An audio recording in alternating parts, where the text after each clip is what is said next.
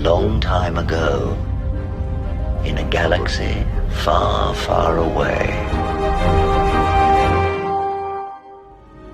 You like me because I'm a scoundrel. There aren't enough scoundrels in your life.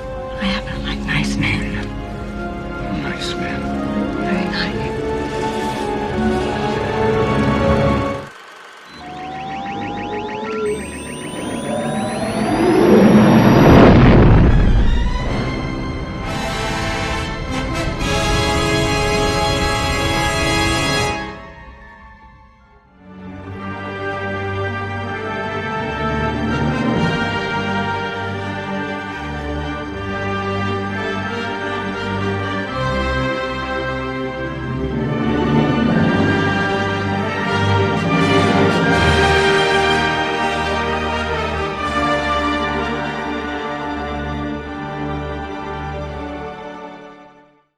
So, with all the bullshit surrounding Pakistani feminist activist Sharmeen Obaid Chinoy, a plethora of bullshit has descended on the fandom again. Bullshit that began before 2018. You got women who call themselves mean lesbians on Twitzerstan yelling and screaming at women like me for saying it's a boys brand. Always has been, always will be. Okay. You've got others who say they hate Ray, bringing up the fact that we're bringing it up again. Where are we bringing it up again? That, the fandom isn't inclusive. It always has been inclusive. The fandom doesn't allow women because a certain reporter, quote unquote, from a now pretty much dead music magazine decided to take a woman's words, women don't like Star Wars, the agreement by the YouTuber, and turn it into he doesn't want women in Star Wars, he's a misogynist. That was never said. I watched that video. I heard exactly everything she said. Okay. This shit has to end. Now, after talking with Kamran, we were pretty sure who put the they, them, or I'm going to call the woman who wrote that screed about Star Wars theory in Rolling Stone. Pretty sure we know who put her up to it. Think of what the initials are. Okay. Star Wars has always been a boys' brand, but it's always been for everybody, okay? There was no need to feminize it, which is what Kathleen Kennedy tried to do. We all saw the picture of her at her daughter's all-girls school because she couldn't go to school with boys. The Force is female. Okay, so this fucking shit showed up in Rolling Stone. And I decided, I've gone through a ton of different versions of this video, okay, because I wanted to talk about it because it just makes me mad. Because the person actually behind this probably wants to destroy any chance Jon Favreau has of saving Star Wars, okay? That's exactly why they're doing this. They see the direction that Favreau and Filoni want to take it. They see that when the Japanese director of Godzilla Minus One was invited to show the movie at Lucasfilm, Kathleen Kennedy was nowhere to be found or mentioned in the article. They see that things are changing. They look over at Pixar and seeing their fellow travelers getting fired and laid off. Okay, the layoffs are coming for Lucasfilm whether people like it or not. And they know that. Okay, Disney's earnings report is coming soon. All right, and Iger won't really say a thing about anything. He never does. It's what he doesn't say that's going to be important. But we've got this shit. This is insubordination, and it's undermining the effort to fix what's wrong. Because look, it's And I'm going to disagree with Doomcock on his, I don't know, what he do, make this up? That Disney doesn't care about profits. That's tinfoil hat wearing nonsense. Okay? Nelson Peltz has brought out the fact that the board doesn't own shares. They're disconnected from the shareholders. Okay? Now, maybe they didn't before, maybe they thought that whatever, but they do care about profits now. Because look at the 800-pound gorilla in the room. Nelson Peltz. The woman, by the way, there is C.T. Jones. She is a they, them. We will not enable her by using her chosen made-up pronouns. We will call her a woman. And things are going to change at Lucasfilm, okay? And the fact that they're attacking, this woman attacked the biggest YouTuber for Star Wars, the guy that brings a lot of people to Star Wars, and has basically kept the faith where a lot of the black pill tyrants have not, is getting attacked here. Why? Because his biggest enemy at Lucasfilm is the one that said emotions are not for sharing. Okay? And I might be public enemy number 2, but Theory is public enemy number 1. He is not a misogynist. Okay? Some of the black pills actually are. You might want to go and ask the Screaming Skull and a few of those other people about their misogyny. Okay? All right? Because if you disagree with them and you're a woman, they run you off, which is bullshit. All right? I hate the sequel trilogy. I don't know why, they can't handle the fact that I objectively watched every Star Wars streaming show and I pretty much liked them all. There were weaknesses, but I hated Andor. Okay, and that's it. But now we've got these assholes right here screaming and yelling and ranting and raving, led by Kathleen Kennedy. That is in the middle. And it's like, why are you bringing this shit up again? It's not 2018. You have to live in the moment, okay, to be happy. All right, your life is going to unfold the way it's going to unfold. Be wise about your choices, but let the past go. Remember it, but don't let it define you. Your now is now, yet here we are. These people exclude the fans that were there before, that would still be fans, taking their kids, etc., to see the movies, if they actually made movies that didn't attack who they were. Star Wars never attacked gays, lesbians, bisexuals, whatever. It was not anti-black, okay? It wasn't. It wasn't anti-woman either. I mean, look at the way George wrote Leia. How can you say it was misogynistic? Why? Because she wore that cool bikini? Carrie was proud of that. But then you look at these women, Kathleen Kennedy as a leader, the Mayor's Crane of Hollywood, and you think she's uncomfortable in her body, and the rest of these women attacking Carrie and George are uncomfortable in their bodies, and they think men admiring women, they think the male gaze, and I'm using Harrison Ford right here as an example, and they think Han admiring Leia's beauty is somehow a problem for him, for men in general, when what it really is, that was Kojak, when what it really is their problem. They have a problem with being women. They're indoctrinated with it. And feminism never used to be that way, okay? Feminism never used to be this anti-woman bullshit, which it's become now. Let's embrace trans women. They're not women, they're men, okay? Let's see women sterilize themselves, because then they'll be men. And their discomfort with who they are and what they are is their fault. They're indoctrinated. They're desensitized to how they were made. They look at themselves, they look at their bodies and form and feel insecure. They're told that they should feel insecure.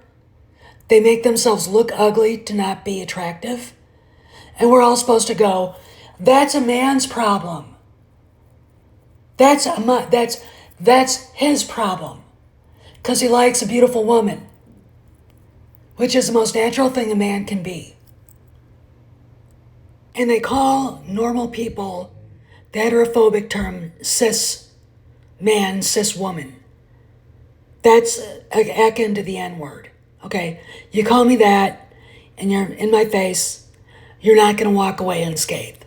Okay? That I take as pretty much calling one of my black male friends the N-word. I have one that had somebody do that to him, and he broke the guy's jaw. Okay? No problem with that. But all of this crap that they're bringing up and saying it's our problem is their problem. Because they think diversity and inclusion means their narcissistic need to be mirrored on the TV, on the movie screen, by somebody exactly like them. And that's bullshit. It's not my problem. I don't care about their problem. I really don't. At Cornell University, they have an incredible piece of scientific equipment known as the tunneling electron microscope. Now, this microscope is so powerful that by firing electrons, you can actually see images of the atom, the infinitesimally minute building block of our universe. Roger, if I were using that microscope right now, I still wouldn't be able to locate my interest in your problem. Excuse me, Niles, but I've got news for you. Copernicus called, and you are not the center of the universe. So, for, Chloe, James, and C.T. Jones, and those bitches on Twitter X, Twitter's Stan, Z-Stan, or whatever Jason Hunt calls it, women have always been part of Star Wars. George Lucas is not a misogynist. The reason why is the way he wrote Leia. He wrote an admirable woman. Okay. Was a woman. Okay. He wrote a woman everybody could admire. She was beautiful, dangerous, intelligent, soft, gentle, and tender. That's what a woman is. Okay. Women like that have steel backbones. Okay. Now, if you looked at the previous picture, you will notice that there was a girl dressed as Luke Skywalker. Isn't that sort of trans?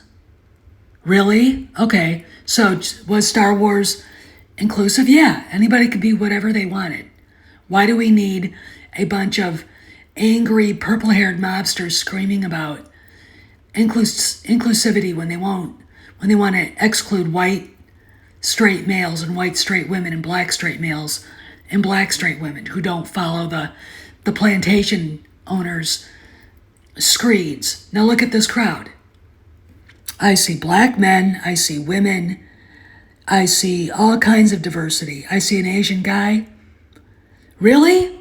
Star Wars isn't diverse? The fan base isn't diverse? Here's the problem that they're not telling you, that they've created themselves. The lie is women were excluded. No, they weren't. Okay? I'm going to bring up Leia again. There was no female character written ever in film like her. The princesses were always helpless damsels in distress. Then Leia showed up. Okay, even Maid Marian in Kevin Costner's Robinhood, I think, got her lead kind of from Leia. Now, she wasn't as tough as Leia, because I could see Leia killing, if not the sheriff of Nottingham, the other bad guy. Okay? All right, but still, she was different from the Maid Marians we've seen in the past. Okay? Feminism used to be about the pride of being a female. I am woman, hear me scream. Roar. I don't like that song. I think it's stupid. I didn't need it. And yet, now it's, I am they, them, but you're a cis male, and you won't let me, as a female, be part of your gang. And the white straight white male saying, what the actual fuck are you talking about? No one cares.